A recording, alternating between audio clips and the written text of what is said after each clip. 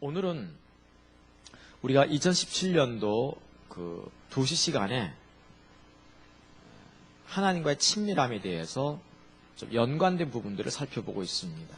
오늘은 인본주의와 십자가의 복음에 있는 유업을 가로막는 적폐요소 연관성을 살펴보기 원합니다. 요즘 회자되고 있는 단어들이 적폐요소인데 썩었고 우리가 도려내야 될 부분들을 적폐라고 하잖아요. 근데 알다시피 인본주의라고 하는 것은 십자가의 복음에 있는 그 유업들을 우리가 상실케 만드는 아주 부패한 썩은 요소입니다. 그래서 우리 삶 속에서 이런 부분들을 좀 도려내고 싶어서 이 시간 말씀의 제목은 인본주의, 십자가 복음에 있는 유업을 가로막는 적폐요소라고 말씀을 정하고 한 5가지 정도로 말씀을 생각해 보고 싶습니다. 우선 저를 주목해 주시죠.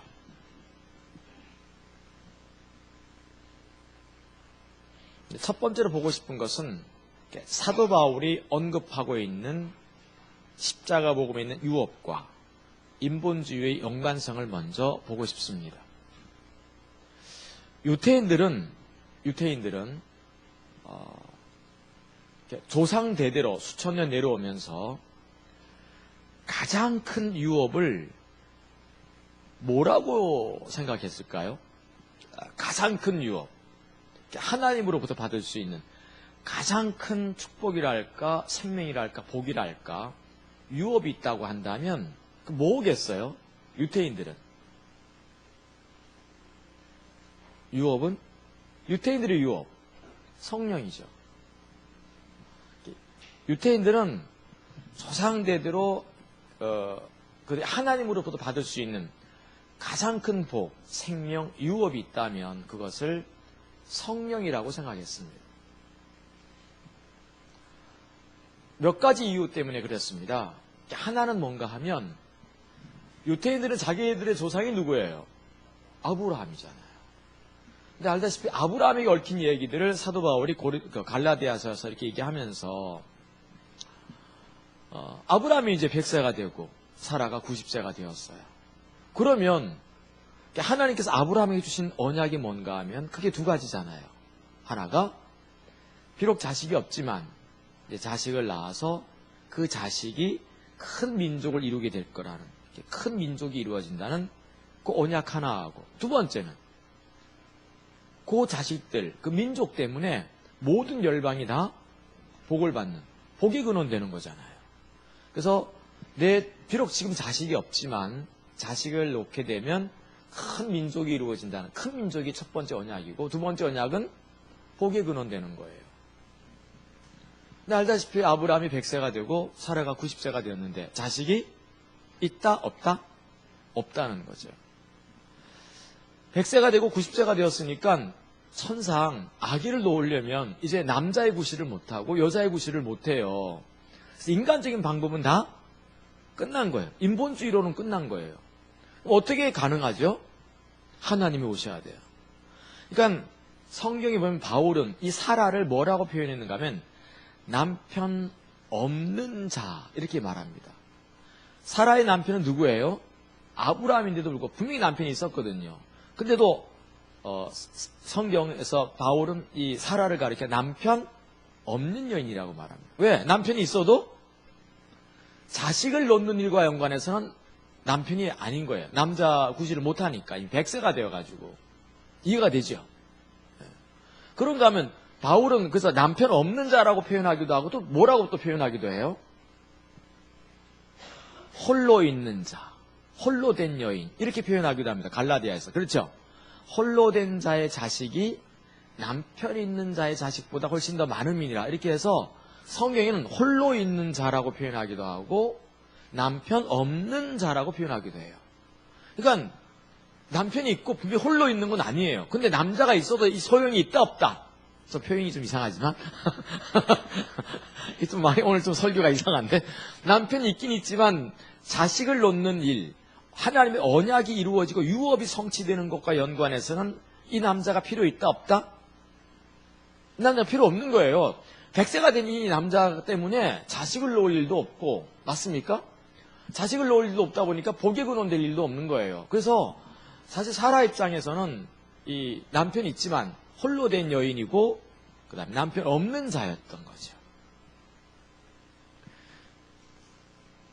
그러면 유태인들이 생각할 때 어떻게 해야지 사라가 아기를 가질 수 있을까요?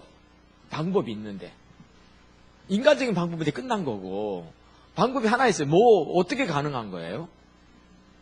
요즘은 인본주의가 발달해가지고요, 요즘은 과학이 발달하다 보니까 미리 정자를 다 냉동 보관해놨다가 나중에 그래도 이제 뭡니까? 사라는 이미 또 생리가 다 끝난 상태이기 때문에 난자도 없는 거잖아요 이제. 그러니까 사실 불가능해요. 자, 그럼 방법이 하나 있어요. 전능하신 하나님이 오시는 거예요. 뭐 아기 놓으실 일이 있습니까? 할렐루야. 좀 많이 낳아야 됩니다. 아멘. 많이 낳아서 지금 50대와 60대가 분발해야 됩니다. 지금 30, 40대가 너무 안 나와가지고 20대는 전혀 안 낳고 결혼도 안 하니까 30대와 40대가 나와야 되는데 부지런히 지금 너무 인구가 없어요. 그래서 안 나와요. 결혼도 잘 안 하고 있고. 그러니까 이게 그래서 지금 50대와 60대가 우리가 분발해야 되는 지금. 그래야지 이 나라가 영원할 것 같은.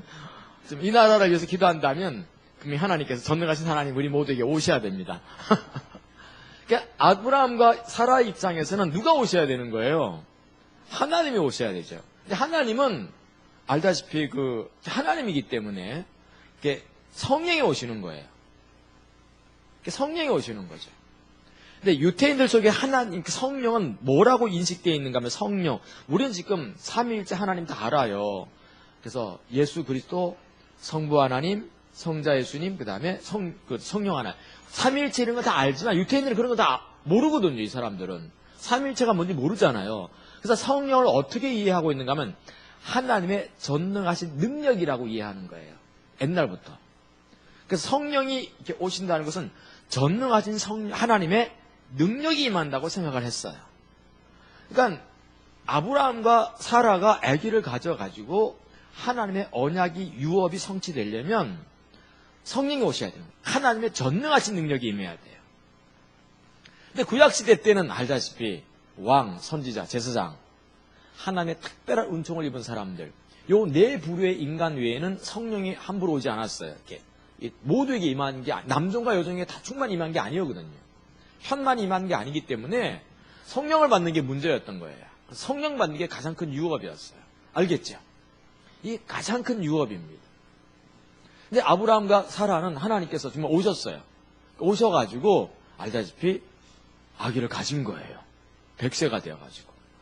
근데 제가 이제 인본주의를 얘기하는 건데 이걸 신본주의라고 할 수 있는 거죠. 하나님이 오셔서 아기를 갖게 하는 신본주의잖아요. 그러니까 하나님이 중심이 되고 주도권을 잡으시고 역사하신 것. 이걸 신본주의라고 하는데, 신본주의인데 아브라함도 60살 그 무렵에 이제 하나님께 언약을 받아요.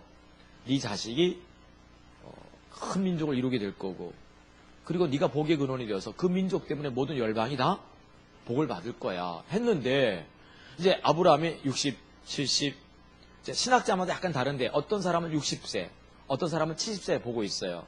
저는 이제 60세 그 이론을 따르고 있거든요. 60살쯤 언약을 받은 것 같은데, 근데 이제 60, 70 가고 나이가 이제 80 되어 가니까 아브라함도 약간 근심이 생길까 안 생길까? 생길 수밖에 없어요. 왜냐하면 하나님께서는 분명히 언약을 말씀하셨는데 내 나이가 어때서가 아니라 내 나이가 자꾸 나이가 들어가는 거예요. 이제 70되어 가고 71세, 72세, 70대가 아직 안 돼봐서 모르겠는데 평균 속도가 시속이 70km라면서요. 이게 막 빨리 가는 거예요. 이제 50대에 한번 손 들어주십시오. 시속 50km죠. 빨리 갑니다. 제일 안 갔던 때가 언젠가 하면 10대 때였어요. 와, 10대 때는 난 빨리 좀 뭔가 이렇게 성의해 되고 싶은데 시속 10km로 가는 거야. 근데 그때 천천히 가야 되는 건데 그냥 후딱 세월이 갔어요. 근데 아브라함과 사라 같은 경우는 지금 나이가 들어가는데 이거 큰일 났던 거죠. 그래서 이제 뭡니까? 100세가 됐던 신본주의인데 그 반대말이 인본주의니까 사람의 중심이 되고 사람의 수도권이 되고 사람의 방법으로 뭔가 일을 꾸미기 시작하는 게 인본주의잖아요. 그래서 이제 아브라함이 이제 사라하고 이제 계략을 나름대로는 이제 하나님의 언약을 이루겠다고 뭔가 하나님의 언약을 이루어 보겠다고 계략을 세웠어요. 그래서 이제 뭡니까? 첩을 얻어서 아기를 가진 거죠. 그게 이제 이스마엘 아니겠습니까? 알겠죠? 근데 사도 바울이 갈라디아 4장에서 그 얘기를 이제 들려주면서 뭐라고 얘기하고 있는 거예요? 처음에는 남편 있는 자, 즉 하갈을 말하는 거죠. 그러니까 하갈은 남편이 있어요. 아직 남편이 아직 좀 시퍼렇게 살아있어요. 그죠? 남자로서 구조도 할 수 있어요. 그래서 남편이 있는 자라고 표현했거든요. 근데 남편이 있는데 아기를 이제 가질 수 있었는데 사도 바울은 말하기를 홀로 된 자의 자식이 남편 있는 자의 자식보다 훗날 더 많아질 거다. 남편 없는 자의 자식이 훗날 남편 있는 자의 자식보다 더 많아질 거라고 얘기합니다. 이걸 보면 처음에는 인본주의가 잘 된다는 거예요? 신본주의가 잘 된다는 거예요? 인본주의가 잘 된다. 열매가 있다는 거죠. 뭔가 꾸며지고 일이 막 보이고 막 역사가 일어나는 것 같아요. 근데 지나고 나면 결국 신본주의에만, 즉 십자가의 복음에만 하나님의 거룩한 유업이 풍성하게 주어진다는 것을 사도 바울이 말하고 있어요. 알겠죠? 이걸 보면 여러분 기억할 것은 사람의 방법으로 뭘 하면 처음에는 좀 되는 것 같아요. 좀 되는 것 같지만 결국 나중에 그거 사라져버립니다. 제가 이제 이렇게 얘기할 때 우리가 여기서 신앙생활 이렇게 하지 않습니까? 배우기도 하고 기도도 하고 주님 찾는데 여러분 꼭 기억할 것은 어쨌든 간에 내 삶을, 내 신앙을 십자가 복음 위에 세우려고 몸부림쳐야 돼요. 처음에는 이것이 기약이 없고 아무런 게 보이지 않아요. 하나님 나를 버린 것 같아요. 아무 역사도 일어나지 않아. 근데 기억할 것은 바로 그렇게 세워지기만 하면 훗날 내게 주어질 유업은 정말 크다는 사실입니다. 아멘? 네, 성령이 오실 거니까. 하나님의 전능하신 능력이 임하실 거예요. 전능하신 능력이 임하면 처음에는 잘 안 되는 것 같이 보일지 모르지만 처음에는 그냥 미미하게 보일지 모르지만 그 사람은요 걱정이 없어요. 알겠죠? 이게 하나님이 나와 함께한다. 즉 하나님의 전능하신 능력이 함께하는 거기 때문에 그 정말 이렇게 뭐랄까 염려가 되질 않아요. 알다시피 요셉 같은 경우 성령이 그 위에 머물러 있었거든요. 은혜가 함께하고 있었고 하나님이 그와 함께 하셨잖아요. 성령이 함께 하셨거든요. 성령이 이렇게 함께 하시니까 그가 노예로 팔려가고 감옥에 들어가고 누명 쓰고 막 그렇게 해도 안 되는 것 같이 보일지 모르지만 기억하십시오. 요셉을 마침내 어떻게 하십니까? 국무총리로 세우시고 마침내 하나님의 모든 뜻이 요셉을 통해서 다 이루어지기 시작합니다. 그 시대를 향하신 하나님의 뜻도 이루어지는 걸 볼 수 있어요. 알겠지요? 그래서 꼭 기억하시기 바랍니다. 십자가 보면 유업이 있고 그 유업 중에 하나가 가장 큰 게 성령이 임하는 거예요. 우리에게 성령이 임하는 거, 전능하신 하나님이 함께 하시는 거죠. 그분과의 친밀함이 있다는 거예요. 그런가 하면 열방을 얻게 하시기도 하고 우리가 하나님의 길을 보게 만드시기도 하고 우리에게 칠중 성령을 부으셔서 하나님의 거룩하신 뜻을 마음껏 성취하신 일들이 반드시 있을 것입니다. 자, 근데 문제는 오늘 우리가 보는 거죠. 인본주의는 이 십자가 복음 유업을 뭐 어떻게 만든다? 가로막는다는 거죠. 그 아브라함 같은 경우 바울이 우리가 첫 번째 본 게 사도 바울이 언급한 인본주의와 신본주의인데 사도 바울이 이렇게 볼 때 인본주의는 십자가 복음에 있는 유업을 정말 가로막고 있는 적폐 요소였다는 사실입니다. 우리 가운데서 인본주의를 철저하게 없애야 될 것 같아요. 알겠죠? 솔직히 우리는 처음에 권세에 있는 사람들, 돈 많은 사람들 그들 보면서 처음에 부러워할 수 있어요. 야, 정말 뭐 잘 나가는 예수 안 믿어도 저렇게 잘 되냐 막 그럴 수 있어요. 제가 묻겠습니다. 자, 요즘 이건희 삼성그룹 회장이 누워있는데 이건희 회장 부러운 사람 부럽습니까? 아니 우리나라 역대 대통령들 쭉 있잖아요. 지금 살아계신 분들 있는데 그 역대 대통령들 부러운 사람 아무도 안 부러워요. 안 그래요? 네. 우리 아무도 안 부러워합니다. 지금 그 돈 많은, 절대 부럽지 않아요. 근데 처음에는 좀 부러울 수 있습니까? 없습니까?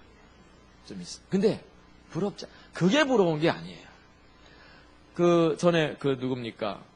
이병철 삼성그룹 회장이죠. 그 운명하실 때. 그때 알다시피 뭡니까? 제가 듣기로는 직접 그때 가심 목사님께 직접 들었으니까 여러 뭐 불교, 그 다음에 이 기독교, 천주교 이렇게 해서 다 불렀어요.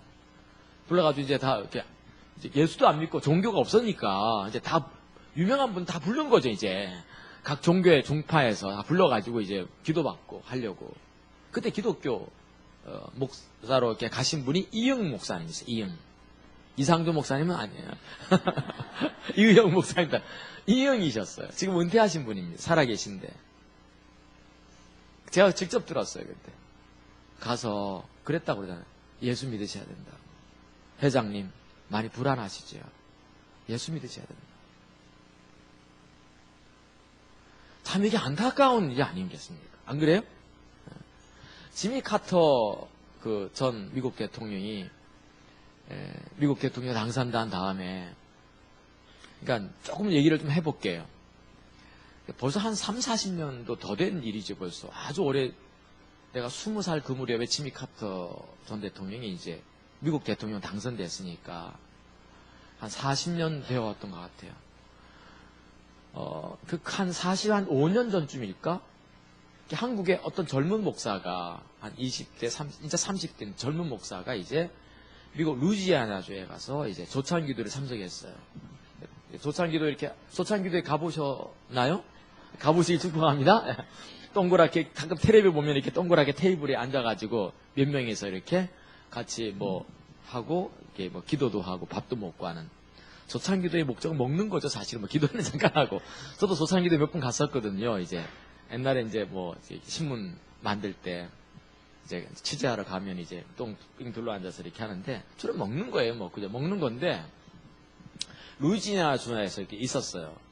갔을 때 이제 사회자가 이제 식사하기 전에 우리 둘씩 짝지어서 기도하겠습니다. 그랬죠. 그래서 한국에 가서 가신 이 젊은 목사도 이제 옆에 있는 백인에게 기도 제목을 묻는 거예요. 기도 제목이 무엇입니까? 물었더니 백인이 느닷없이 하는 말이 미국의 대통령 되는 겁니다. 아니, 보통 우리가 기도 제목을 좀 둘씩 짝지어가지고 하라고 그랬는데 이상조 목사님이 뒤에 있는 자매한테 기도 제목이 뭐예요? 영부인 되는 겁니다. 이러면 이게 좀 뭐라 그럴까? 좀 무섭잖아요, 이게 사실은. 그렇잖아요? 무슨 생각하기 쉬워요? 참 욕심도 과하다. 뭐 이럴 수 있는데 정성스럽게 기도해 준 거예요. 하나님, 이분이 미국의 대통령이 되고 싶어 합니다. 그 기도를 만약 하나님의 뜻이면 이루어달라고 정말 간절하게 기도해 줬어요. 그리고 이제 이 백인이 이제 물어요. 소원이 무엇입니까? 기도 제목이 무엇입니까? 했더니 이때 한국에서 간 젊은 목사가 백인에게 하는 말이, 한국에 저 소련과 중공, 그때 중공이었어요. 중공, 그 다음에 소련, 그때 소련이었죠. 북한에 복음을 전하는 것입니다. 방송국을 세웠으면 좋겠습니다. 이 백인이 뭐라고 그랬어요? 간절히 기도. 하나님 아버지, 이 젊은 목사의, 한국에서 오신 젊은 목사의 소원이 저 공산주의 치하에 있는 사람들에게 복음을 전하는 겁니다. 들어달라고 기도했죠. 그리고 이제 얼마 지나지 않아서 미국에 대선이 있었습니다. 대통령 선거가 있었는데 희한하게 어떤 이름도 없는 한 사람이 하나가 민주당 대표로 딱 나온 거예요. 아무도 그 존재를 몰랐어요. 그때 알다시피 그가 당선이 됩니다. 이름이 지미 카터였어요. 텍사스의 땅콩 농장 주인이 나와가지고 대통령이 당선이 된 겁니다.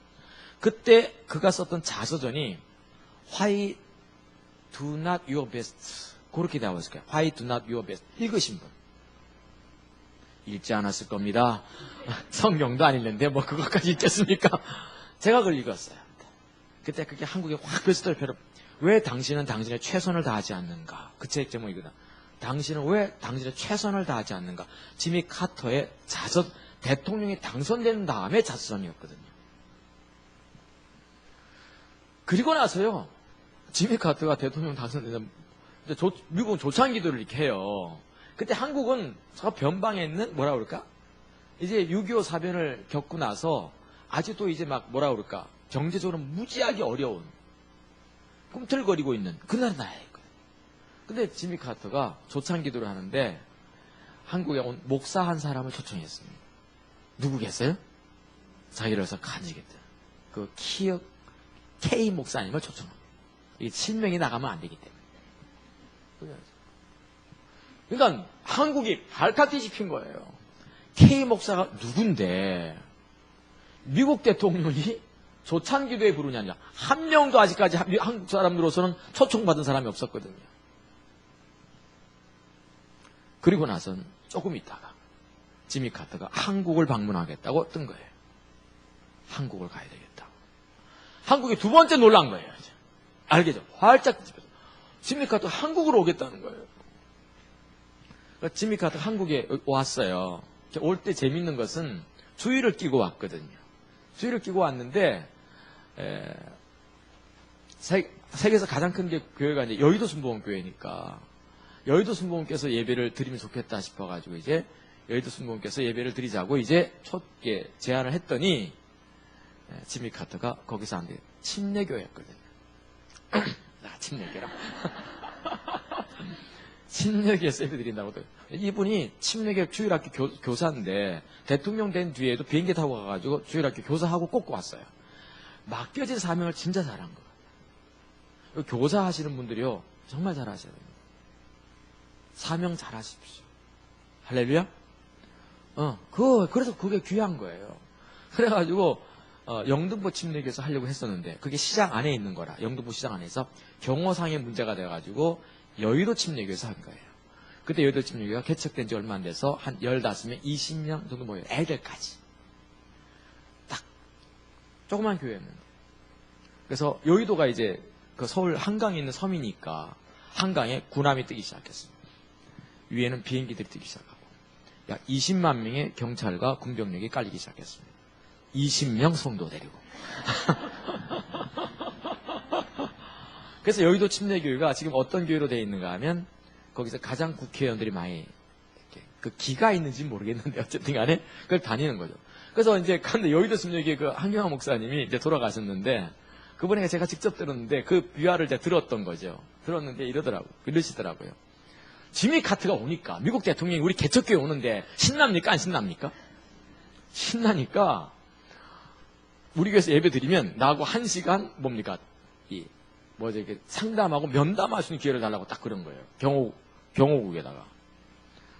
이야, 우리 한국 박정희 고 박정희 전 대통령하고 1시간 면담했거든요. 담임 목사와 한 30분 면담했습니다. 대단한 거죠. 그래서 30분 면담하면서 이제 무슨 얘기를 했냐면 한경화 목사님이 그랬다고요. 박정희 대통령에게 예수 전하게달라고. 전도해달라고. 그래서 그게 한국일보에도 한번 비사에 실렸어요. 그게. 한국일보에도 비사에 실렸는데 뭐라고 하냐면 지미 카터가 한 거예요. 내가 하겠다고.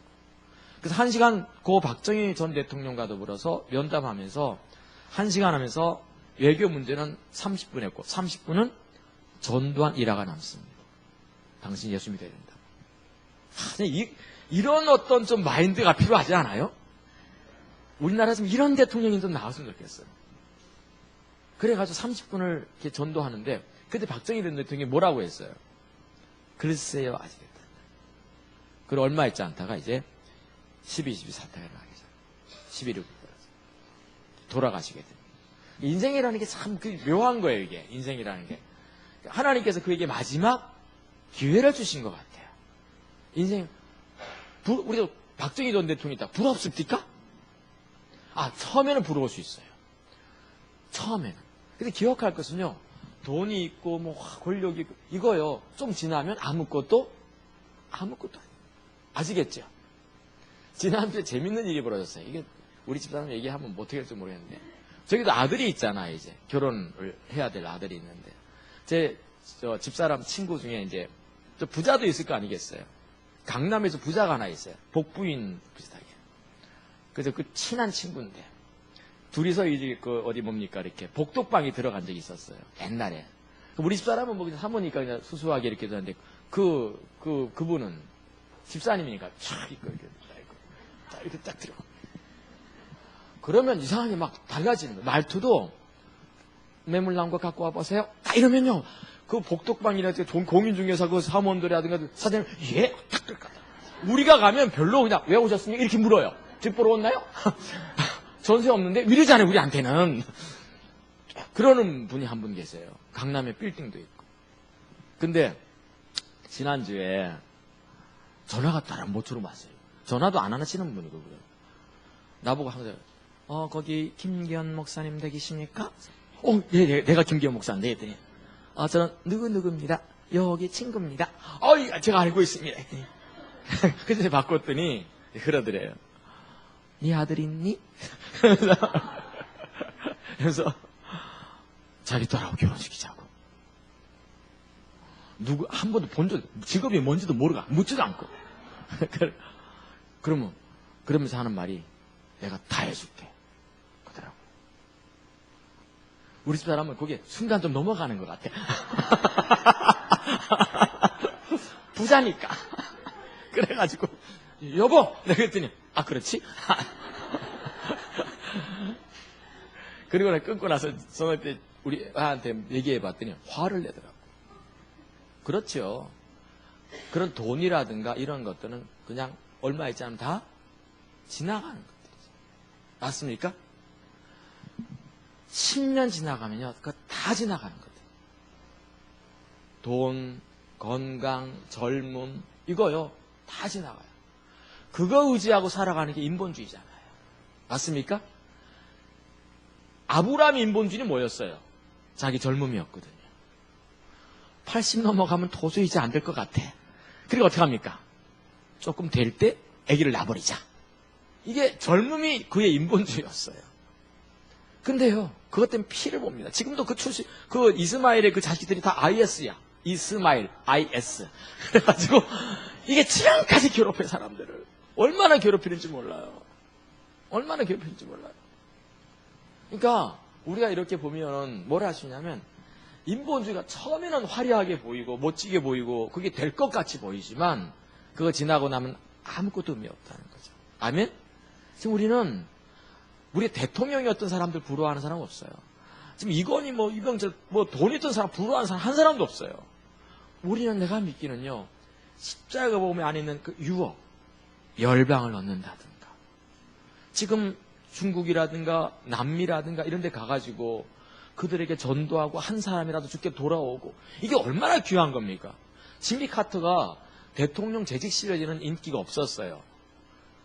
지미 카터 대통령 재직 시절 인기가 하도 없어가지고 탄핵 되니 마니 막 그랬거든요. 왜 저런 사람을 대통령 세우냐 막 그랬어요. 근데 신기하게도 지미 카터가 대통령에 물러난 이후에 인기가 올라가기 시작합니다. 그래서 기자들이 물었어요. 지미 카터한테. 왜 당신은 대통령 재직 시절에 인기가 없었고 왜 대통령 끝나고 나니까 왜 이렇게 인기가 있냐고 막 물었거든요. 뭐라고 했어요? 그저 성경과 말씀과 기도에 전무하다 보니까 이런 어떤 그 시사에 대해서는 전혀 몰라도 돼요. 지미 카터가 유명한 얘기합니다. 뭐라고 얘기합니까? 그 사람 때문에 헤비타트 이런 운동들이 벌어지기 시작하거든요. 뭐라고 하는가 하면 하나님이 나를 훗날 쓰시려고 그랬다. 기다린 거예요. 그러니까 대통령 재직 시절에요. 어떤데 하나님 신본주의를 막 하려고 하니까 인기가 없는 거야. 인기 0 앞에서 한 적이 없었거든요. 그래서 그만두고 나니까요, 사람들이 드디어 조금씩 그 진가를 보기 시작한 거예요. 대통령들이 줄줄이 나오긴 하는데 왠지 뭐라고 할까 신뢰가 안 가다. 근데 지미 카터는 그때는 인기가 없었는데 나오고 나니까 인기가 있는 거예요. 그래서 누가 또 찾는 거예요? 김일성이가 찾아요. 김정일이가 찾잖아요. 그러니까 김일성과 김정일이가 찾은 사람이 그냥 김일성, 김정일은 아무도 안 믿는데 지미 카터는 믿었어요. 이걸 보면서 참 신기한 거예요. 하나님께서. 우리요, 십자가 보면 유업이 있거든요. 그 유업은 세상 사람들이 볼 때는 좀 초라하게 볼지 몰라. 근데 이거는 진짜 멋진 겁니다. 열방을 얻는다. 귀해요, 안 귀해요? 저 나라를 위해서 기도하면 저 나라에 하나님의 어떤 은혜가 임해가지고 잃어버린 영혼들을 죽게 막 돌아오게 만든다든가. 그렇죠. 그런가 하면 또 뭡니까? 이렇게 우리의 기도가 응답이 된다든가, 다음 세대를 세우는 그 일에 막 우리를 하나님께서 사용하신다든가, 이런 거는 정말 소중하고 귀한 일이라고 저는 믿는 거예요. 이해가 되시죠? 정말 하나님께서 나와 함께 하는 건 정말 귀한 일입니다. 근데 이걸 가로막는 게 인본주의다. 사도 바울이 그걸 얘기했다는 겁니다. 자, 두 번째. 그러면 인본주의를 이해하기 위해서는 항상 뭐가 신본주의를 이렇게 의미하는가를 아는 게 중요해요. 신본주의를 알아야지 신본주의의 반대말이 인본주의일 거니까. 맞습니까? 근데 신본주의는 크게 세 가지 단어가 합정된 거예요. 세 가지 의미를 포함하고 있는 거죠. 하나가 뭐예요? 신본주의는 하나님의 기준, 다림줄에 맞는 삶을 사는 거예요. 어쨌든 하나님의 기준대로 살아보려고 하는 거예요. 그게 신본주의고, 두 번째는 그것만 갖고 안 돼요. 두 번째는 하나님의 관점을 내가 갖고 살아가는 거죠. 하나님이 이렇게 뭘 기뻐하는지 안 기뻐하는지 이걸 아는 거예요. 하나님 관점을 가지는 거예요. 세 번째는 하나님의 인도를 따라 살아가는 삶. 요걸 더했을 때, 뭉뚱그렸을 때 총칭하여 부르기를, 이거를 우리는 신본주의라 부르는 거예요. 이게 하나님의 주도권을 잡으시고 하나님 역사하시고 하나님 앞서가시면서 우리를 통해서 하나님께서 하실 일들을 마음껏 하시는 것, 이걸 신본주의라고 하는데, 신본주의는 세 삼각형, 세 개의 꼭지점을 지르고 있는 삼각형의 삶인 거죠. 하나님의 기준대로 살아가고 하나님의 관점을 갖고 살아가고 하나님의 방법, 하나님의 인도를 따라 살아가는 거죠. 요게 더해질 때 우리 이걸 신본주의라 불러요. 그럼 인본주의는 뭐겠어요? 하나님의 기준보다는 자기 생각의 결과를 따라 살아가는 거죠. 하나님의 관점보다는 자기 관점을 갖고 살아가기 쉽고, 하나님의 인도를 따라가기보다는 그냥 어떤 자기 지혜라든가 자기 판단을 믿고 살아가는 거죠. 그럼 우선 한번 하나님의 그 기준, 다림줄에 의한 삶이 뭐냐, 이걸 좀 먼저 우리가 잠깐 한번 보죠. 먼저 그러면 세 번째로 그게 나와 있죠 아마. 하나님의 다림줄, 기준에 의한 삶. 우선 저를 주목해 주십시오. 하나님의 다림줄 다 알잖아요. 이게 벽을 올곧게 세우기 위해서 위에서 내리띄우는 줄을 가리킬 때 그거를 우리는 다림줄이라고 하는데, 전에 한번 물어본 적이 있었는데, 제가 서울을 많이 안 다녀봐가지고, 특히 강남 쪽 이런 잠실 쪽을 안 가봐요. 제가 처음에 잠실에서 목회했거든요. 잠실에서 목회하다가 내가 쫓겨났기 때문에 잠실을 내가 가지를 않아요. 근데 어느 날 그걸로 지나가는데 뭐가 크게 이렇게 동그랗게 생긴 게 있어요. 오뚜기처럼. 같이 가는 목사님한테 저거 뭐냐고 물었더니 서울 사람 맞냐고 그러더라고요. 뭐 한 100층도 더 돼 보이더라고요. 아주 하늘 높이. 막 멀리서도 보입니다, 그게. 뭐예요? 잠실 그 롯데 뭐 생긴 거 하나 있잖아요. 롯데월드. 와, 진짜 높습니다 보니까. 나 한 번도 가본 적이 없는데, 내 이제 목표가 뭔가 하면 한번 가보는 거예요, 거기를. 와, 진짜 높은 게 하나 생겼어요. 나 처음에 몰랐어요. 저게 갑자기 왜 생겼냐. 그랬더니 롯데월드를 만들었더라고요. 야, 인간의 어떤 지혜라는 게 대단한 거예요. 제가 대만에 집회 갔을 때 한번 대만에 101층인가 있잖아요. 대만에 따이베이에. 예? 101층. 예. 거기 한번 올라갔는데, 야, 진짜 높더라고요. 보니까 꼭대기 올라가니까 이게 뭐 완전히 그냥 마천루에 진짜 구름에 이렇게 있는 거죠. 우리 저 왕집사님 은진이네가 이렇게 저기 그 다대포 거기 언덕바지에 있는 캐슬에 사는데, 거기도 그 구름 타고 오시네. 주님을 가장 먼저 볼 곳이 바로 거기입니다, 보니까. 비행기가 그 김해공항에 내리잖아요. 그래서 은진이 말로는 보니까 스튜어디스가 지금 뭘 나르고 있는지 다 보인대. 나 고지고또 또 믿었네, 나. 내가 순진해가지고. 또 믿는 사람이 있어야지, 이제. 그런데, 와, 진짜 보니까 높아요. 그러면 그런 100층 되는 데서는 이 다림줄 어떻게 띄워요? 이게 힘들 텐데, 이게. 바람이. 인공위성에 쏘는 거지. 인공위성에서 쏴가지고, 이렇게 세우기 시작하는 거예요. 다림줄이 필요한 거죠. 그러니까 성경에 다림줄이 두 군데 나옵니다. 구약 성경이 나오는데 두 군데 나오고 있어요. 하나가 아모스서예요. 하나가 스가랴서에 나오고 있습니다. 아모스서에서는 이스라엘 백성들을 심판하기 전에 기록된 거고, 스가랴서에는 회복하기 직전에 다림줄을 띄우십니다. 하나님은요, 우리 하나님 백성들을 이렇게 다림줄이라는 말은 다른 말로 기준이라는 말인데, 캐논이라는 말인데, 캐논. 성경이 캐논이잖아요. 기준이라. 성경의 별명이, 이 성경을 다른 말로는 바이블이라고 불러요. 근데 성경의 별명은 기준이에요. 캐논이에요. 원칙, 잣대란 뜻이죠. 그러니까 하나님께서는 하나님 백성들을 이렇게 심판하시거나 회복하실 때 뭘 띄우신다? 다림줄을 띄우시고 나서 심판도 하시고 회복도 하세요. 알겠죠?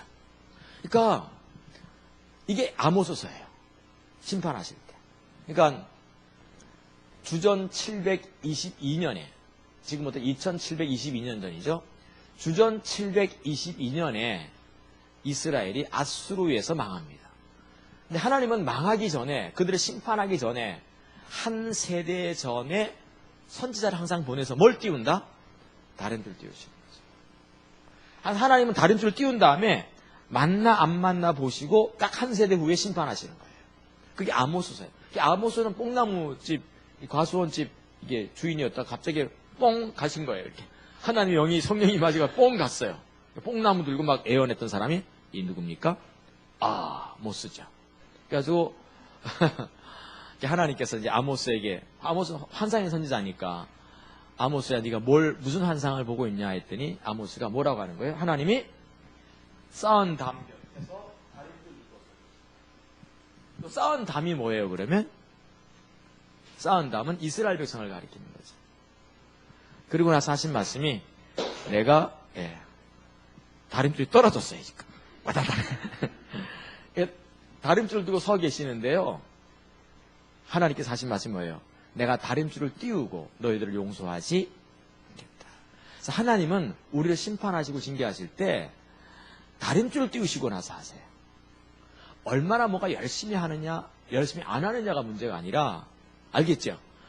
열심히 뭘 한다고 그래가지고 되는 게 아니에요.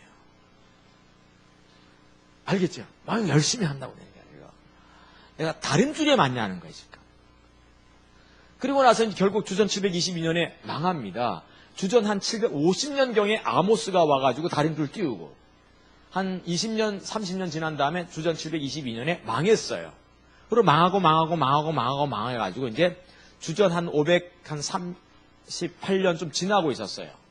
그 무렵에 이 이스라엘 백성들이 노예로 다 끌려가거든요. 그 이라크 땅에 다 끌려가가지고 바빌론인데 거기가 끌려가가지고 거기 노예 생활하고 있을 때 거기서 태어났던 선지자가 하나 있는데 스가랴라는 선지자가 태어납니다. 젊은 선지자였어요. 한 30쯤 되었던 선지자가 있었는데 이 스가랴는 환상의 선지자였죠. 환상을 많이 봤습니다. 스가랴가 있는데 하나님이 또 다림줄을 탁 띄우십니다. 스가랴야, 네가 무엇을 보느냐?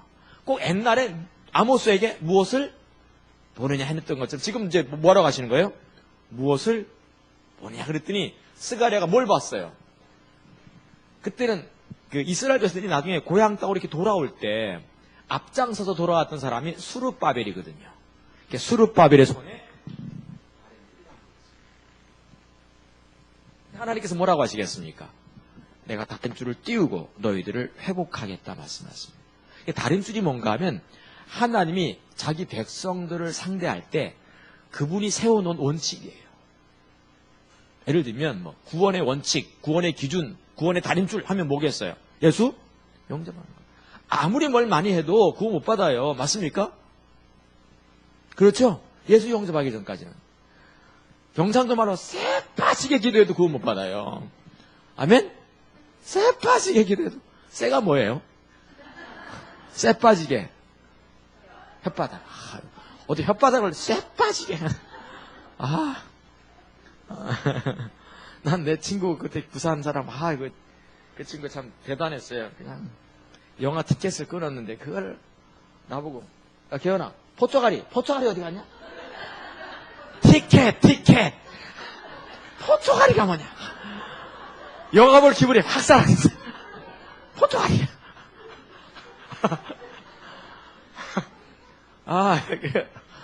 새 빠지게.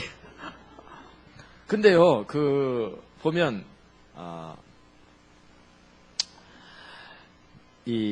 하나님께서는 당신의 백성들을 상대할 때, 어쨌든 간에 원칙이 있어요. 그걸 우리는 기준, 다림줄이라 불러요. 알겠죠? 근데, 구원의 기준이 예수 영접하는 거예요. 아무리 기도해도 안 되고요. 아무리 헌금해도 안 돼요. 돈으로도 없고, 하나님 나라. 노력해도 되는 게 아니고, 공부만 해도 가는 것도 아니에요. 예수 영접하는 게 기준이라, 다림줄이라. 알겠죠? 그러니까 하나님이 이제 너 구원 받았니? 하고 다림줄을 띄워봐. 그 다림줄이 뭐예요? 예수 영접했냐는 거지. 알겠죠? 이처럼 모든 일에 다림줄이 있어요. 예를 들면, 그러면 한번 묻겠습니다. 하나님이 영적인 분별력을 확 불어넣는다. 영적인 분별력을 확 불어넣자. 영적인 분별력을 불어넣어 주시러 하나님이 오셨어. 그러니까 다림줄을 띄워. 그럼 영적 분별력의 다림줄은 뭐예요? 어떤 사람이 하나님 영적 분별력을 확 은혜를 부으셔서 영적 분별력을 확 열게 만드시죠? 기준이 뭐예요? 구원은 예수 영접하는 거라면 영적 분별력의 기준은 뭐예요? 예? 하나님 뜻을 향한 부분적으로 맞아요. 근데 뜻을 행하는 것 하면 틀려요. 맞긴 맞는데, 예? 올바른 마음의 자세, 중심이죠.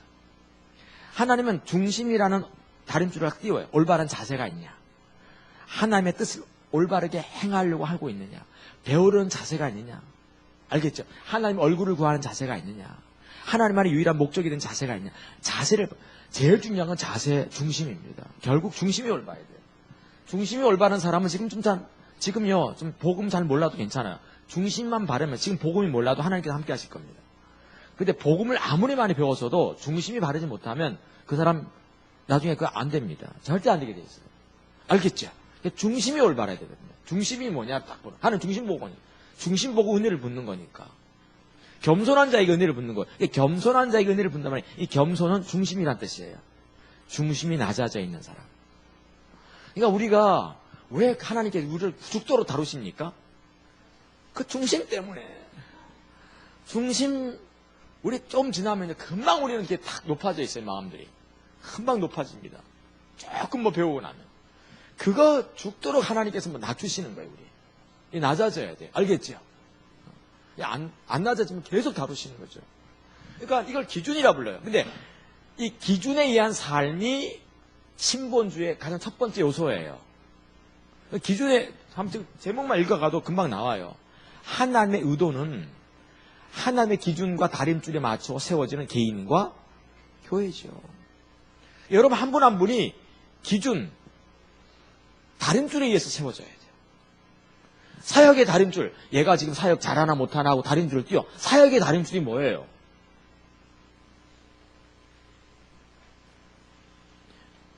하나님의 다림줄이 뭐죠? 얘가 하나님을 사랑해서 하나님 행하심을 보고 그것을 행하고 있냐, 그게 바로 사역의 다림줄이잖아요. 아멘? 그게 사역의 다림줄인 거죠. 그러지 않으면 아무리 열심히 해도요, 그거 아닌 거예요. 자, 그러면 한번 묻겠습니다. 요 사람에게 하나님께서 어떤 사람을 좀 많이 영혼을 붙여주시기 원해. 사람을 영혼이 많이 붙여주시기 원해. 그러기 위해서 이 사람에게 하나님께서 이제 관계를 다루시거든. 그러니까 이 사람이 관계를 사람들을 얼마나 잘 사랑하고 있는가, 긍휼히 여기고 있는가, 사람들을 어떻게 여기고 있는가, 다림줄을 띄워. 관계의 다림줄이 뭐죠? 이 사람이 사람들을 잘 제대로 대했나, 안 대했나? 이 관계의 다림줄이 뭐예요? 거룩과 진실이죠. 이 고린도후서 1장에 나오잖아요. 내가 너희를 대할 때, 특별히 너희를 대할 때 거룩과 진실로 행하면 하나님이 나를 자랑하는 거라고. 근데 양심이 증가하는 바라고. 이 거룩과 진실. 이처럼 모든 매사에 뭐가 있냐면 다림줄이 있어요. 아멘? 그럼 설교의 다림줄이 뭐예요? 설교의 다림줄. 얘가 평생 설교했는데 설교를 정말 잘했냐 못했냐 하고 다림줄을 딱 띄워. 설교의 다림줄은 뭐겠어요, 그러면? 예수님께서 표현했는데 회중들에게 하나님이, 이걸 이제 말라기서 2장에서는 2장 7절, 8절, 9절에서 이걸 다 하트라 그랬잖아요. 하나님의 길을 내 입술에 두게 만드셨어. 그걸 사람들에게 말하고 있는, 하나님의 길을 말하고 있다는 거죠. 어쨌든 이런 다림줄이 많아요. 맞습니까? 할렐루야? 그러면 회중들의 다림줄이 뭐예요? 설교를 듣는 사람들의, 회중들의, 청중들의 다림줄은 뭐죠? 얘가 늘 예배를 잘 들고 설교를 잘 들었나? 하나님이 이렇게 보시고 다림줄을 띄워. 그럼 뭐겠어요? 말씀 앞에 얼마나 떠는 자세가 있는가? 얼마나 배우려고 했는가? 베레아 사람들처럼 말씀이 그런가요? 하나님 앞에서 몸부림친 적이 있는가? 그럴 때 하나님이 그 말씀이 그 속에 거하게 만들어가지고요, 무엇을 구하든지 응답받게 만드시는 거죠. 너희가 내 안에 거하고 내 말이 너희 안에 거하면 무엇인지 원하는 대로 구하라. 그리하면 많은 열매를 맺을 것이다. 이게 그럼 또 뭐 기도 응답, 하나님께서 얘를 기도를 많이 해, 이 사람이. 그럼 하나님께 기도 응답을 주시려고 이렇게 와. 그리고 뭘 띄워? 다림줄을 띄워. 그럼 기도 응답의 다림줄은 또 뭐예요? 기도 응답의 다림줄. 예? 그렇죠. 여러 가지. 하나님 나라와 의를 먼저 구했는가. 그걸 구하고 또 하나, 예수의 이름으로 구했는가. 아, 말로 그냥 예수님 이름 기도하라. 아멘. 이거 말고 예수님의 이름으로 기도한다면 무슨 말이에요? 그 이름은 그분의 명예, 그분의 주권, 주도하에 있겠다는 이 말이죠. 철저하게 주님의 주도하에 내가 머물고 있냐는 거예요. 그리고 하나님 나라의 의를 먼저 구하고 있냐는 거죠. 알겠죠? 또 너희가 내 안에 거하고 내가 너희 안에 거하면 무엇인지 원하는 대로 구하라. 내가 이루겠다 이 말이니까 철저하게 하나님의 뭡니까? 통치와 지배와 다스림 속에 머물고 있는, 이게 다림줄인 거죠. 이게 경상도 뭐라고? 이기 다림줄이. 이기 다림줄이. 알겠죠? 그거예요. 이게 우리에게 필요합니다. 다림줄이 모두가 있어야 돼요. 알겠죠? 아멘? 요즘 하도 요즘 성도들도 참 보니까 진보, 그 다음에 보수 많이도 나뉘어져 있더라고. 서로 싸우기도 하고. 우리 교회는 뭡니까? 전교조도 있고, 그 다음에 정의당 홍보위원도 있고. 그냥 급진. 이쪽은 또 뭔가 박사모도 있어. 다 서로 골고루 있잖아요. 그러면 정치를 바라보는 다림줄이 뭐예요? 하나님의 다림줄? 여당, 야당이 아니죠. 뭐죠? 예배당이냐? 그거죠. 우리가 성전된 삶을 살아야 돼요. 이 사회를 바라보고 품고 기도할 줄 아는 이 나라 임족을, 예, 하나님 나라의 전화가 이게 온 거죠. 알겠지 무슨 말인지. 우리가 모든 일의 다림줄이 뭔가를 자꾸 파악해야 돼요. 모든 일의 다림줄 알아야 돼요. 그래서 여러분, 좋은 목사가 어떤 목사인가 하면 보드라운 설교하는 사람이 좋은 목사가 아니에요. 따뜻한 설교하는 사람이 위로가 되는 설교하는 게 좋은 목사가 아니에요. 뭘 보여주는 설교, 뭘 가르치는 사람이겠어요? 다림줄을 보여주세요. 왜? 다림줄을 띄우고 회복하기도 하고 다림줄을 띄우고 심판도 하니까. 알겠죠? 보드라운 거 좋아하다가요 반드시 망하게 돼 있어요. 근데 요즘은 어떤 사람 설교를 주로 좋아합니까? 보드라운. 따뜻한. 왠지 구음 설교 들으면요 따뜻해. 너무나 맞아. 공감이 가. 중요하죠. 그것도 중요하다니까. 근데 중요한 건 뭔가 하면 하나님은 얼마나 따뜻한 마음을 가졌냐에 따라서 심판하고 회복하는 게 아니에요. 다림줄이거든요. 알겠죠? 하나님의 의도는 하나님의 다림줄에 맞는 개인과 교회라는 거죠. 이게 중요합니다. 두 번째 보면 다림줄과 연관해서 다림줄은 하나님의 기준을 뜻하며 기준을 볼 수 있는 능력을 가리켜 영적 분별력.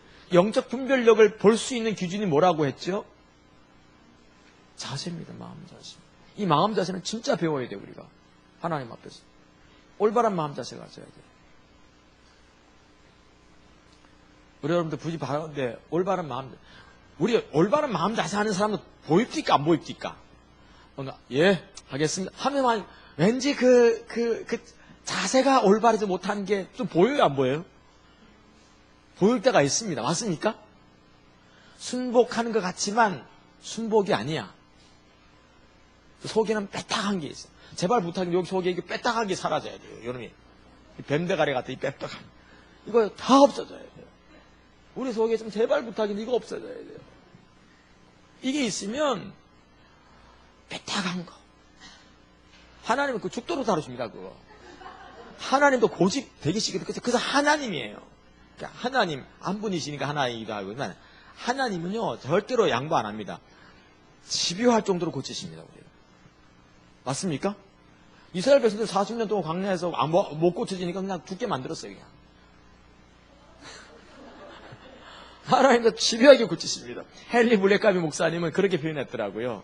참 잘 표현했는데 하나님을 경험하는 삶에서 사탄이가 집요하게 뜯어먹는 것도 하나님도 집요하게 고치려고 그런다는 거죠. 우리요 반드시 고쳐져야 돼요. 세 번째, 하나님 앞에서는 하나님의 다림줄만 정합니다. 왜냐면 이거 띄우고 심판하고 회복하시니까. 네 번째, 이 다림줄에 맞지 않으면 어떤 종교 행위도 의미가 그렇죠. 사대교회가 좋은 얘기잖아요. 요한계시록 3장. 남들이 볼 때는 사대교회가 다니고 싶은 교회야. 어느 교회 다니고 싶습니까? 그 교회. 사대교회.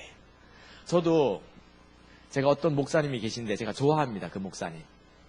그래서 좋아하는데 얼마 전에 제가 제 아내하고 당신은 만약에 평신도라면 어느 교회 다니고 싶어? 했더니 그 교회에.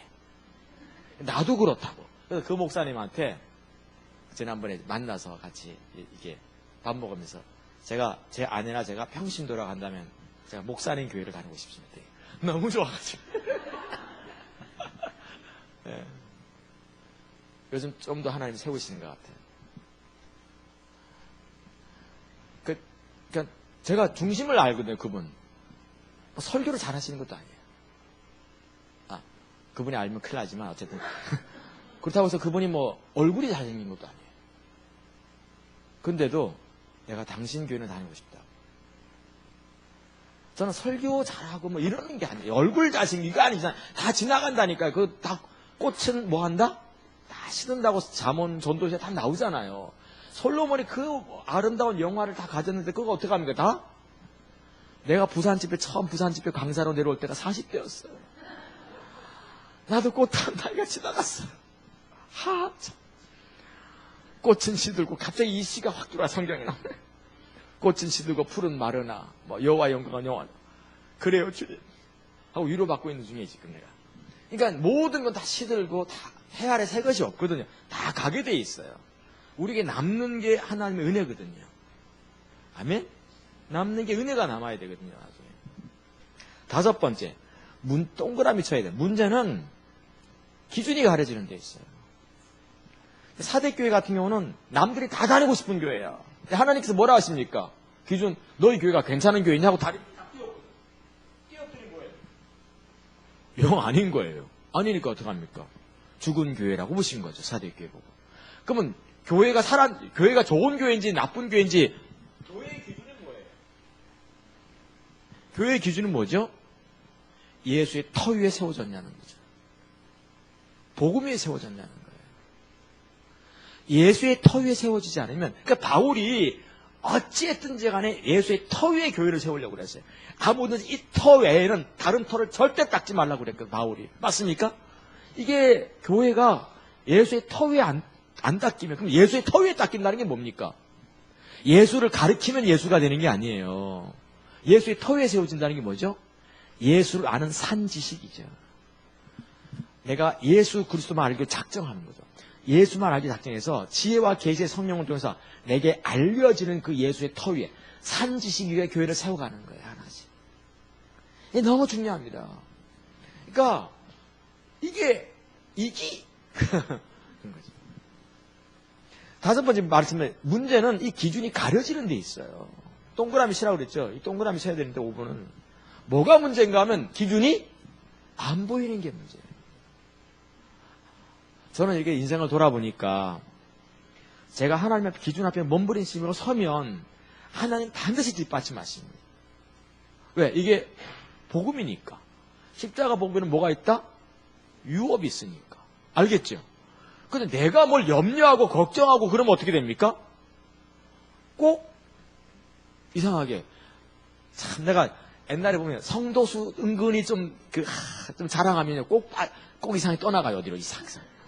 하나님은 항상 그렇게 하십니다. 내가 어떤 성도를 많이 의지하면 제가 이제 개척교회 단계에서부터 내가 우리 교회가 정말 커지면 그때 한 20명 이렇게 모일 때 우리 교회가 정말 커지면 저분은 사무총장이다. 그 사무총장 있잖아요. 이렇게. 저분은 무조건 우리 교회 사무총장. 그렇게 신뢰했던 분이 계셔요. 그래서 내가 어디 출타하면 새벽 기도를 우리 아내한테도 안 맡기지만 그분한테는 항상 맡겼어요. 새벽 기도가 모든 수요 예배에서부터. 전도사님께 맡깁니다. 그분한테 맡겨요. 근데 결국 가장 뭐라 그럴까 아프게 하면서 떠나신 분이 누구 계세요? 그분이 누군가 의지하면 안 돼요. 참 하나님은 이게 기가 막힌 거죠. 이해가 되십니까? 하나님은요 하나님만 의지하게. 왜냐하면 예수의 터 위에 세워져야 돼요. 누군가를 신뢰하고 관계 위에 세워지는 걸 절대 하나님 용납지 않으십니다. 누구 사람 의지하지 말기를 축복합니다. 항상 기억할 것은 그냥 바보같이 하나님 신뢰하고 가면 돼요. 알겠죠? 보면은 6번째 다림줄을 보지 못하는 것이 정당화되지는 않습니다. 그렇죠? 다림줄 보죠. 다림줄을 하나님께서 못 보게 만들었다. 그럼 하나님께서 못 보게 만들었기 때문에 내가 이런 저주와 심판을 겪었다. 하나님께 탓할 수 없다는 거죠. 오죽했으면 하나님이 아까 다림줄을 보여준 영적 분별을 열게 만드는 기준이 뭐였어요? 이게 사세 중심이었잖아요. 그러니까 내가 결국은 다림줄을 나중에 못 본다. 영적 분별이 열리지 않았다. 하나님의 기준을 못 봤다. 그럼 뭐가 나빴다는 겁니까? 내가 자세가 안 됐다는 거죠. 자세가 안 된 겁니다. 그러니까 자세가 안 되면요 기준이 가려지거든요. 기준이 가려지면 뭐가 문제인가 하면 내가 별 노력 다 하고 별걸 다 해도요 그때부터는 잘못되어 가는 게 시작합니다. 제가 참 지금도 생각하면 근데 우리 임기영 목사님 들으면 아마 좀 웃으실 것 같아요. 강원도 제천 같은 데서 제가 30대 때 친구들이 한참 개척할 때잖아요. 다들 이제 개척교회 할 때 지하실에서 이제 친구가 개척해가지고 이렇게 방 하나 쌓는다고 방을 하나 드린다고 해서 우리 친구들이 갔어요. 동기들이 가가지고 이제 벽돌을 쌓는 거예요. 이 정도 요 정도까지 안 놓고 아주 요 정도니까 이제 우리 친구들이 무슨 생각한 거예요? 그냥 벽돌을 막 쌓으면 되는가 보다 하고 이제 쌓은 거야. 그냥 요 정도니까 대략 그냥 가문이면서 쌓으면. 근데 요 정도 쌓았는데 한 1m 50 쌓았을까? 아무리 생각해도 삐딱한 거야. 이걸 더 쌓아가도 문제고 허물자니 반나절 동안 고생한 게 그냥 너무 분하고. 근데 어떻게 했겠어요 결국 허물었어요. 근데 반나절 동안 죽도록 고생해가지고 이만큼 쌓았는데 시멘트 발라가지고 그걸 부술 때 이 쓰라리 마음은요 그때 제가 겪었어요. 다림줄을 아무리 낮은 거라도 쌓아야 된다는 거죠. 만약에 다림줄 안 보이면요 우리 인생이 그렇게 빼딱빼딱 가는 거예요. 술 취한 사람은 갈지자를 긋거든요. 이렇게 걸으면 사람들이 다가올까요? 안 다가올까요? 안 다가오죠. 약간 이상하게 볼 거 아니겠어요. 이게 무섭습니다. 7번째 하나님은 다림줄에 의해서 심판과 회복하십니다. 그래서 우리가 중요한 게 뭔가 하면 신본 뒤는 하나님의 다림줄에 맡기는 사람.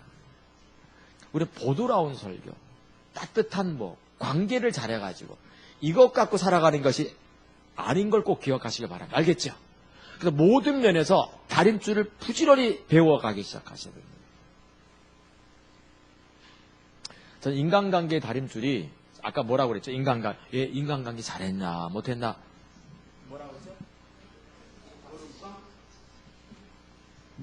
거룩과 진실. 그러니까 사도 바울은 자기를 미워하고 특히 사도 바울 같은 경우는요. 이 복음을 외치고 막 이러다 보니까 기준을 막 이게 얘기하다 보니까 사람들이 막 너무 힘들어했어요. 주변에서. 그래가지고 바울을 많이 핍박하고 배반하기도 하고 막 그냥 죽이려고 하기도 하고 그때마다 자기를 미워하고 막 자기를 쫓아내는 사람들을 향해서 바울은 어떻게 됐다? 거룩하게 되는 거예요. 그러니까 저 사람이 나를 정말 미워해. 나를 막 뒤에서 막 욕해. 여러분 제일 힘든 게 뭡니까? 누군가 나를 혼자 돌아다니면서 막 나한테 다 이 얘기 저 얘기 하는 거예요. 막 욕해. 그 얘기를 또 이게 빙글빙글 돌아가서 또 들려와요 안 들려와요 이게? 그 쓰라리잖아요. 쓰라릴 때 그 사람을 거룩하게 대하는 거예요. 다시 말해서 하나님의 성품을 갖고 대하는 거죠. 사람 거룩하게 대하는 거죠. 이게 하나님의 성품을 갖고 대하는 게 정말 그리고 진실하게 대하는 거죠. 여러분 나한테 빼딱하게 가지고 막 남에게 나를 비난하고 막 돌아다니면서 나한테 섰어. 그러면 나한테 좀 불만 있으세요? 이렇게 이제 내가 이제 물었어. 그러면 이분들 보통 어떻게 이야기합니까? 아니요. 불만, 이렇게 얘기해요, 그냥. 그때도 뻔히 알면서도 뭐 합니까? 진실하게 대하는 거지. 아, 그러세요. 하고. 이거요, 참 쉽지 않습니다. 안 그래요? 예, 거룩과가 진실에 대한 이 기준이거든요. 우리가 기준을 하나하나 배워가기 시작해야 돼요. 알겠죠? 뭐 기준 하나 또 이제 물어볼 게 또 뭐가 있을까? 기준이 재밌잖아요? 기준에 대해서 공부. 전에 우리 한번 우리 신현수 사모님한테 하나님의 기준에 대해서 쭉 한번 좀 이렇게 조사를 좀 해달라고 한번 했었는데 벌써 한 1년 지난 것 같은데 기억 안 나시나요? 이상경 목사님께 하라고 그랬어요? 예. 왜 여기서 화를 입네?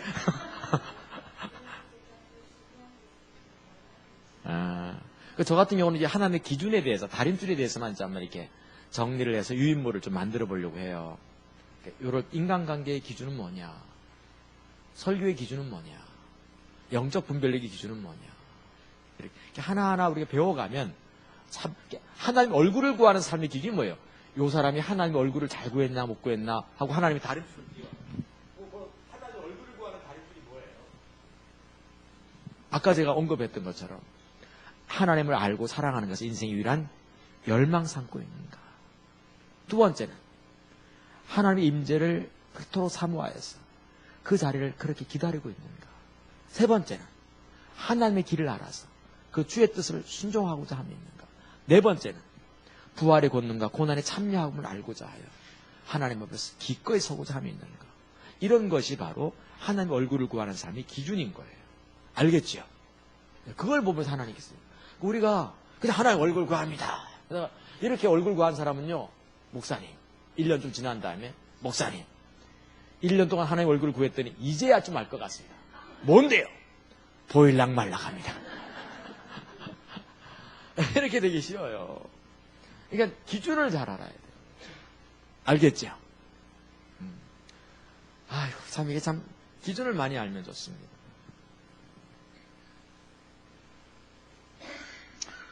두 번째 꼭지점이 있는데 그것은 하나님의 관점에 의한 삶이죠. 하나님의 다림줄에 의한 삶을 살아야 되고요. 두 번째 하나님의 관점이에요. 여러분 기억할 것은 성경은 사례집이 아니에요. 사례집. 컴퓨터를 하루에 2시간 하라, 담배는 피워야 되고 술은 마시되 소주는 안 되고 뭐 이런 게 아니에요. 알겠죠? 알겠죠? 성만찬 때 포도주 마시는 건 괜찮, 뭐 이런 걸 써 있는 게 아니에요. 사례집이 아닙니다. 그래서 사례는 우리가 적용을 해야 돼요. 하나님 관점을 가지고. 아멘? 그러니까 하나님의 관점이란 하나님의 시각인데 요거 하나님께서 기뻐하시는지 안 기뻐하시는지 요거 이렇게 아는 걸 하나님 관점이라고 하잖아요. 알겠죠? 그래서 항상 하나님 관점 얘기할 때 요 그 관점이 너무 중요합니다. 관점이. 내가 뭘 해도 하나님께서 기뻐하시는 게 있고 안 기뻐하시는 게 있어요. 예를 들면 내가 지금 주의 이름으로 귀신을 쫓아내고 주의 이름으로 능력을 행하고 주의 이름으로 선지자 노릇했어. 이 사람은 이제 하나님 관점이 없어가지고 하나님이 자기를 기뻐한다 생각했을까? 슬퍼한다 생각했을까? 주의 이름으로 한 거예요. 다 주의 이름으로. 주여 주여 부르면서. 주여 주여 부르니까 하나님께서 기뻐하실 줄 알았어요. 근데 하나님은 이 사람 주여 주여 부를 때마다 어떻게 하신 겁니까? 저 불법을 행하는 것, 저 불법을 행하는 것, 그런 거예요. 주의 이름으로 귀신을 쫓아낼 때마다 저 불법을 행하는 것, 저 불법을 행하는 것. 주의 이름으로 능력을 행할 때마다 저 불법을 행하는 것, 저 불법을 행하는 거예요. 이게 하나님 관점을 알아야 돼요. 내가 하는 것을 하나님께서 기뻐하시는가, 안 기뻐하시는가. 이걸 아는 게 중요한 거죠. 알겠죠? 아멘? 저는 관점을 얘기할 때 항상 이렇게 우주인 얘기를 해요. 전에 얘기했습니다만 하나님 관점 우주인 거죠. 이 외계인이 그냥 비행기 타고 내려온 거예요. 지구에. 딱 나왔어요. 딱 만났는데 두부 장사를 만난 거예요. 말이 통할까요? 안 통할까요? 안 통하죠. 그래서 우주인은 하늘에서 왔다 이렇게. 그랬더니 두부 장사가 갑자기 이렇게 표시하는 거죠. 거꾸로. 그리고 이제 뭡니까? 외계인이 두부 장사를 보면서 가만히 보니까 이게 갑자기 이상한 짓을 하니까 나는 인간을 멸망시킬 필살기 3개 있다. 그 두부 장사 앞에 5개 딱 이렇게 한 거예요. 그래가지고 뭡니까? 이 외계인이 하나만 보여봐. 했더니 두부 장사 칼을 딱 뽑았어요.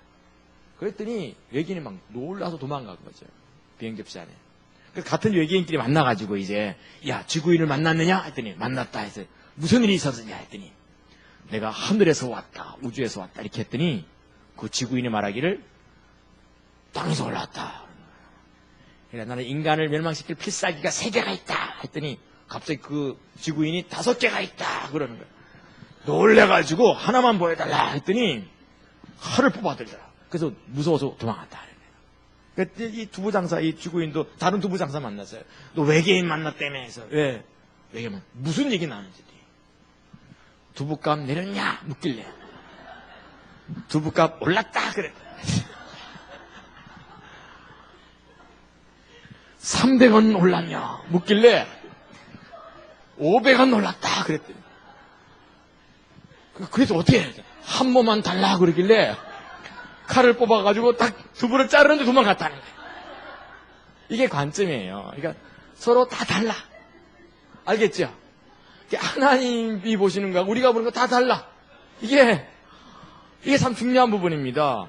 그래서 우리가 하나님 관점을 알아야 돼요. 알겠죠? 근데 이게 사례집이 아닌데 하나님께서 기뻐하시는지 안 기뻐하시는지 알 수가 없어. 이스라엘 백성들도요, 이게 애매한 적이 있었어요. 예를 들면, 주전 722년부터 망해가지고 쫄딱 망했잖아. 다 끌려가가지고 이제 바벨론 땅에 다 끌려갔어. 끌려갔는데, 하나님이 이제 이들을 이제 뭡니까? 돌아오게 하시는 거죠. 돌아오게 하시는데, 수룹바벨의 이제 손에 이끌려서 다 돌아왔어요. 돌아와서 하나님께서 제일 먼저 하신 게 성전 지으라고 했잖아요. 그러니까 성전을 짓기 시작했어. 성전을 지었는데, 왕이 가로막고, 주변 이웃 뭡니까? 고을이야 성읍에서 다 가로막기 시작했어. 방해하기 시작했어. 그래가지고 왕이 이제 조서를 내려가지고 성전 짓는 거 중단하라고 그랬거든요. 그렇죠? 중단했어. 중단하고 나서 뭐 했습니까? 그냥 학교 짓고 집 짓고 그런 거예요. 관공서 짓고 자기들 살아가요. 그랬더니 학계하고 스가랴 선지자가 와가지고 너희들 악하다고 얘기한 거예요. 악하다고 얘기했는데 이스라엘 백성들은 할 말이 있습니까 없습니까? 우리가 짓고 싶었다. 짓고 싶었는데 왕이 짓지 말라고 했는데 그거 어떡하냐 그러면 또 이웃 마을에서 민원이 들어와가지고 못 지었다라고 했더니 학계하고 스가랴가 하나님 관점은 그래도 성전을 짓는 거라고 딱 얘기한 거예요. 너희가 진짜 악했다고. 딱. 여기서 보면 살다 보면 애매할 때가 있어요. 이게 하나님의 뜻인지 하나님의 뜻이 아닌지 성전을 더 지어야 되는 건지 아니면 뭐 싸워서라도 지어야 되는지 아니면 그냥 짓지 말아야 이럴 때가 있어요 없어요? 애매할 때가 많습니다. 애매해서 애매해가지고요. 애매해서 하나님 관점대로 안 살면 어떻게 되느냐? 그걸 성경은 인본주의라고 부르는 거예요. 학계하고 스가랴가 말하기를 너희가 너희들 중심대로 살았다. 그래서 하나님이 너희들에게 징계와 심판을 또 주실 거라고 그랬거든요. 이걸 보면 애매할 때는요. 하나님 뜻을 알아야 돼요. 관점을 모르면 무조건 인본주의가 됩니다. 이게 참 이게 그래서 하나님의 뜻이 이걸 하라고 한지 안 하라고 한지 몰라가지고 안 했다. 그럼 되게 뭐가 된다는 겁니까? 인본주의가 되기 시작합니다. 그러면 하나님의 관점을 알리면 어떻게 해야 되느냐? 2가지 방법이 있어요. 첫째는 로마서 12장 1절과 2절인데 한번 우리 성경 참 찾아보죠. 요 때에서 한번 찾아봐야 돼요. 이제 많이 피곤해질 때입니다. 마의 4시가 됐어요. 로마서 12장 1절과 2절입니다. 힘든 사람들은 로마서 12장이 어딘지 몰라요. 12장. 자, 그러므로 형제들아, 내가 하나님의 모든 자비하심으로 너희를 권하노니, 자, 너희 몸을 하나님이 기뻐하는 거룩한 산 제사로 드리라. 이는 너희의 드릴 영적 예비니라. 너희는 이 세대를 본받지 말고 오직 마음을 새롭게 함으로 변화를 받아 하나님의 선하시고 기뻐하시고 온전하신 뜻, 그 관점이 무엇인지 분별하도록 하라. 살면서요, 주님이 선하시게 생각하고 거룩하고 옳다고 생각, 그게 뭐지? 관점이 뭐지? 방법이 하나 있어요. 거룩한 산제물 드리는 겁니다. 나를 하나님께 거룩한 산제사로 자꾸 들어가야 돼요. 이 세대 본받지 말고요. 자꾸 거룩한 산제사 드려가는 겁니다. 거룩한 산제사 드리는 게 뭐예요? 하나님 얼굴 구하는 거죠. 예배하는 걸 말합니다. 정말 중요한 부분입니다. 하나님께서 임재하시고 예배하는, 하나님의 그 뜻을 알아 그분 앞에 엎드려 있기 원하는 그 예배의 자리를 정말 많이 사모하셔야 됩니다. 그래서 사도 바울은 말하기를 뭐라고 했냐면 그 하나님의 뜻과 연관된 부분 얘기하면서 모이기를 패하는 그런 사람들의 그 어떤 얘기 듣지 말라는 거죠. 오히려 말세가 되면 뭐 어떻게 하라는 겁니까? 하나님의 관점이 흐려지는 그때가 되면 뭐 하라는 거예요? 더 모여서 찾아야 된다는 거죠. 거룩한 산제사 드려야 됩니다. 할렐루야? 화요 집회도 있어야 되지만 목요 집회도 또 있어야 될지도 몰라. 막 계속 모여서 하나님 찾아야 돼요. 하나님 관점에서. 그래야지 내가 이 사람하고 결혼해야 되는지 저 사람하고 결혼해야 되는지 이걸 알 수 있어요. 알겠죠? 우리가 다는 알지 못하지만 어쨌든 이렇게 분별하면서 갈 수 있어요. 하나님께서 여기로 이사를 가라고 하는지 저기로 이사를 가라고 하는지. 근데 사실 어떤 분 하면 또 너무 또 신령해져가지고 아침에 딱 일어나면 내가 파란색 옷을 입어야 되나? 노란색 투피스를 입어야 되나? 이러는 사람이 있어요. 너무 그러진 말길 바랍니다. 알겠죠? 파랗게 옷 입었길래 어떻게 오늘 이렇게 파랗게 주의 뜻이었다고. 그러면 안 됩니다. 하나님 관점은 하나님께서 어떻게 나를 기뻐하시는지, 그분의 선하시고 거룩하고 온전하신 뜻이 무엇인지 아는 걸 말하는 거죠. 또 하나가 있어요. 그게 뭔가 하면 하나님 나라와 의를 구하는, 하나님 나라 일을 행하는 거예요. 하나님의 이게 교회를 통해서 주로 신앙생활 하니까 신약시대가 되면 교회를 통해서 하나님께서 일하시는 게 보이면요, 거기 동참하시면 좋습니다. 동참하면 하나님께서 많이 함께 하실 겁니다. 이게 있어요. 제가 이제 부사역자 때 30대 초반에 이제 30살, 31, 32 요때 제가 이제 부사역자였거든요.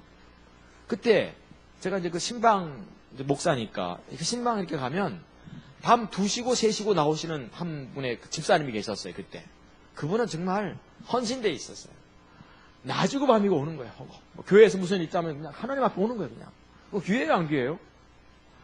근데 아무리 큰 교회라도 그런 사람은 20, 30명밖에 안 됩니다. 수백 명 모이는 교회도 그런 인원이 많은 게 아닙니다. 그렇죠? 다 있어요. 근데 그분 중에 하나였어요. 이분이 성이 양씨예요. 그분이 또 정말 양이었어요. 그분 진짜 양, 성도 양이고. 근데 이분이 그렇게 오시는 분이에요. 그래서 제가 항상 그분한테 물어요. 제가 30살 이제 젊은 전사니까 이제 물었죠. 아유, 집사님 참 정말 대단하십니다. 그랬더니 그 남편이 사업을 하시거든요. 을지로에서, 서울 을지로에서 이제 인쇄업을 하시는데, 아유, 도와줄 일도 많을 텐데 이렇게 오세요 하면 항상 그분이 하는 말이 이랬어요. 내가 아버지 일을 하면 아버지는 제 일 해주시죠. 저는 사실 그 말의 의미를 잘 몰랐어요, 제가. 항상 이런 어떤 마인드를 갖고 계셨어요, 이분이. 근데 이제 제가 이제 목회를 이제 나와서 이렇게 개척교회를 이렇게 할 때 IMF가 터진 거예요. IMF가 터져가지고 전부 다 을지로 있는 거 되게 망하고 막 그럽니다. 근데 그 집은 잘 되는 거예요. 그 우연히 만났거든요. 길거리에서 만나서 어떠시냐 했더니 잘 되고 있다고 여전히 하나님께서 함께. 그걸 어떻게 그렇게 잘 돼요 거기가. 무슨 비결이 있어요 물었더니 그분이 그때도 그 얘기를 하시더라고요. 내가 아버지를 하면 아버지는 내 일 해주신다. 이게 너무 귀하더라고요. 그러니까 예수님께서 그러셨잖아요. 내 아버지의 일을 뭘 삼았다? 양식 삼았거든요. 그랬더니 아버지는 예수님을 영화롭게 하십니다. 제가 이제 그걸 깨달기 시작했어요. 여러분 하나님 나라 일을 하시기 바랍니다. 아멘? 섬길 일을 섬기시고요. 헌금할 부분 헌금하시고요. 누군가 도와줄 일 좀 도와주시고. 이거요. 가볍게 여기지 마시기 바랍니다. 금식하고 구제하고 기도하고 이런 것들은 의의 행실 가운데서도 예수님께서 손꼽아 말씀하셨던 의의 행실들이거든요.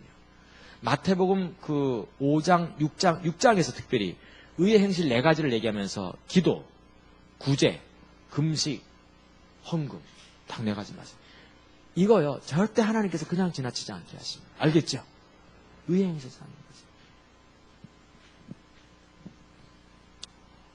하나님 나라와 의를 구하는 사람들, 하나님이요, 반드시 더해 주십니다.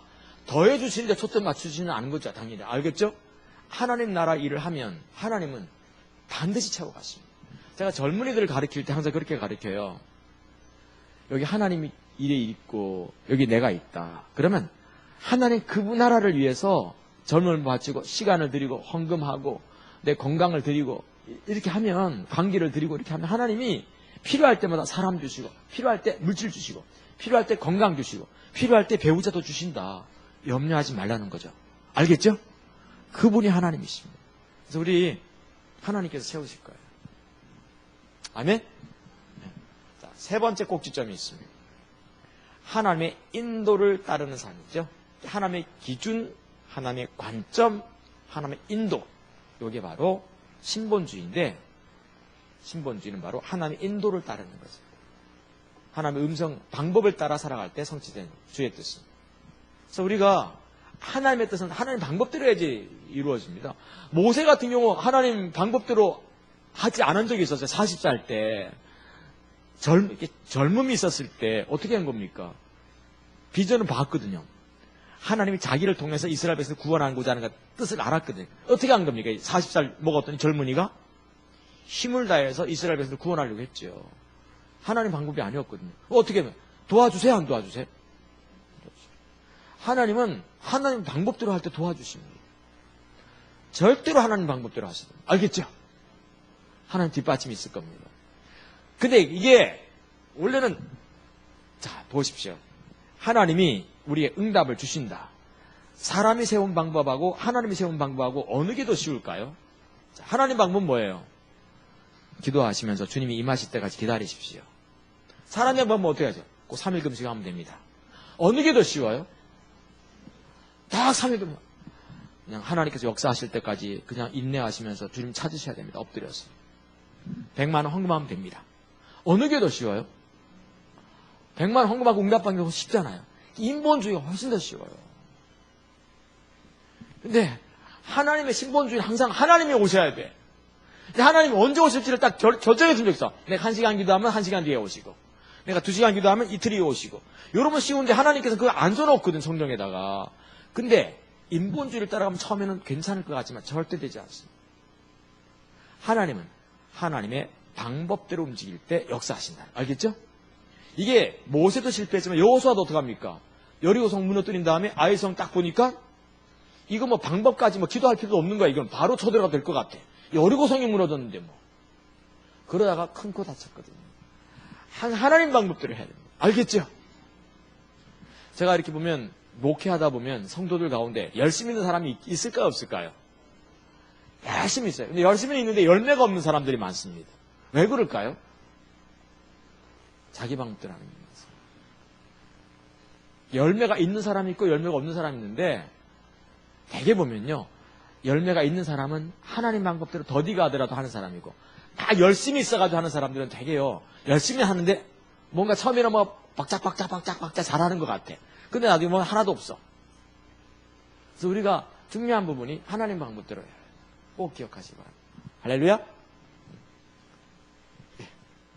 멘트에 보시면 비전과 하나님의 인도가 이렇게 있는데, 주님의 목적이 보이는데 인도 방법이 잘 보이지 않다면 계속 뭐 할 땐가? 주님을 찾아야 됐다는 거죠. 이게 어렵어요. 그래서 신본주의는, 제가 이제 말씀을 갈무리 하면서 이제 묻겠어요. 신본주의에서 핵심이 뭐겠어요, 그러면? 하나님을 향한 신뢰인데, 신뢰를 할 때 뭐가 좀 필요해요? 기다림이죠. 인내. 하나님이 언제 역사하실지를 몰라. 모르니까 어떡합니까? 좀 주님 찾다가 지치면 포기하려고 해요.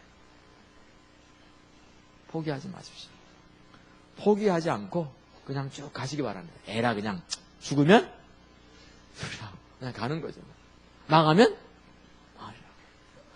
응답이 없으면 없어요. 그냥 가는 거예요. 주님 바라보고. 그럼 그 사람은요, 저는 믿어요. 하나님이 절대로 그냥 계시지는 않는다는 거죠. 십자가 보면 유업이 있으니까. 아멘? 설사 아무런 것도 안 주어진다 할지라도 어떤 유업은 남아요. 신앙의 본질이란 유업은 남아요. 주님과의 친밀한 관계는 남게 돼 있거든요. 맞습니까?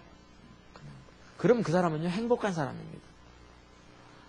돈 좀 갖고 있다고 해서 그게 뭐 행복합니까? 행복하잖아. 지금 이재용 회장 뭐 감옥에 들어있는데 그 행복해요? 그게? 저는 행복하잖아. 우리는 돈 있는 사람이 행복한 게 아니에요. 하나님이 저 사람 안에서 일을 하는 사람이 보면 행복한 거예요. 우리 행복이 좀 바뀌어가기를 축복합니다. 아멘? 찬양하고 사역하겠습니다.